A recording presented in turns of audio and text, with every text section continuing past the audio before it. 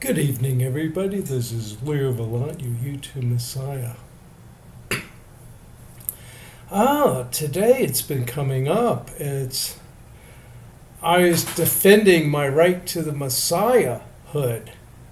Not being a Jew, I claimed rights as a Carmelite brother.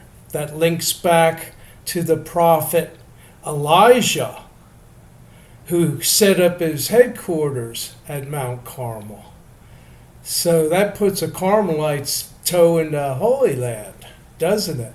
And the order formed from knights on the Crusades, devotees of our Blessed Virgin Mary, when they found out that she had stayed at Mount Carmel, a guest during the Christian persecutions under Paul.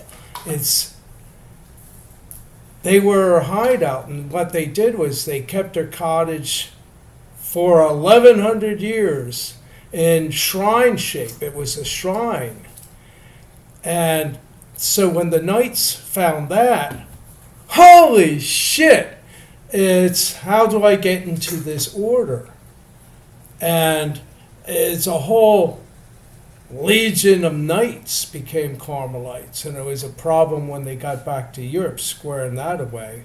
And Our Lady appeared and took care of all of that. But the point is, they've always been kind of a mystical and magical. And I can tell you a story. It was 2001 because that's when I became a Catholic, and I was at work and the flu was going around, and everyone was getting wiped out that day, and you couldn't go home, you couldn't just run away, and I felt a little bit of it hitting me, so I immediately went to 22nd Street and looked at the calendar schedule on the wall. There's a bunch of priests here. It was a diocese, well, not a diocese, a parish. And healer, it was Father Nacho. And Father Nacho, one of the priests has to have the worst hygiene. It was Father Nacho. His name was even kind of funny, like Father Nacho. You kidding me? He was Irish. Everyone else was maybe. Oh yeah, maybe Father Nacho was the only one who wasn't Irish. But I went, Father Nacho, called him in the parking lot. I said, you're the healer this month. So I can't get the flu. I got the flu. It's just coming on. Let's nip that shit in the bud. And he sort of looked at me. I went, huh? Come on, Father Nacho, get your act together. You were on schedule, right? Do it. So he did it. And hell, it's true. Everybody was sick except me. I was fine. I went, whoa, Carmelites. I'm going into the Catholic Church from the right fucking parish, right? Story's not over. I was going to confirmation classes and stuff, and so I was waiting in the lounge with the priest. Yeah, you don't wait with kids. And they were all bad mouthing Father Nacho because of his bad hygiene. And so I said, I know. Hey, fathers, come on, I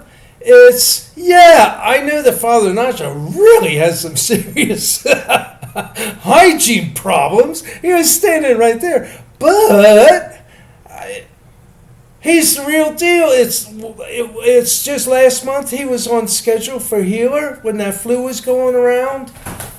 Guess who didn't get the flu? I mean, he's the real deal there, man. Punch his paycheck, right? At least he deserves that. Father Nacho, and they all went, woo!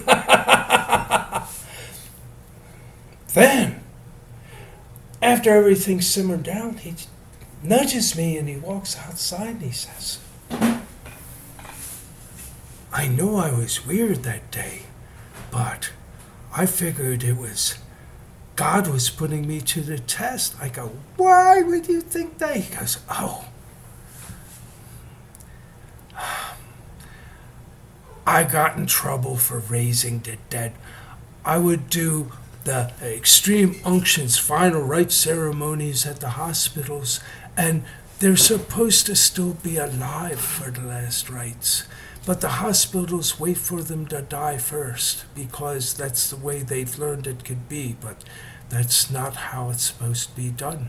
So first, I say a blessing and I bring them back to life so that I can do the extreme unction and then just let them fall dead. But the nurses saw, and the nurses bring the crash cart, and it was so much trouble. It was so much trouble. And this happened a few times.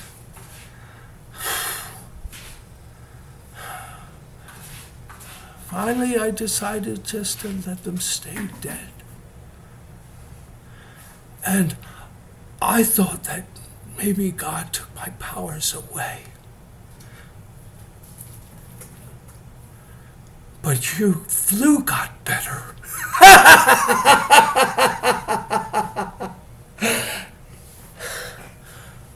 It's like I rescued him. He was having a crisis of faith and heal me. You're on the schedule. It freaked his fucking ass out. Those guys are magical. That is what it's like to live in a medieval period of faith. Life is much more interesting.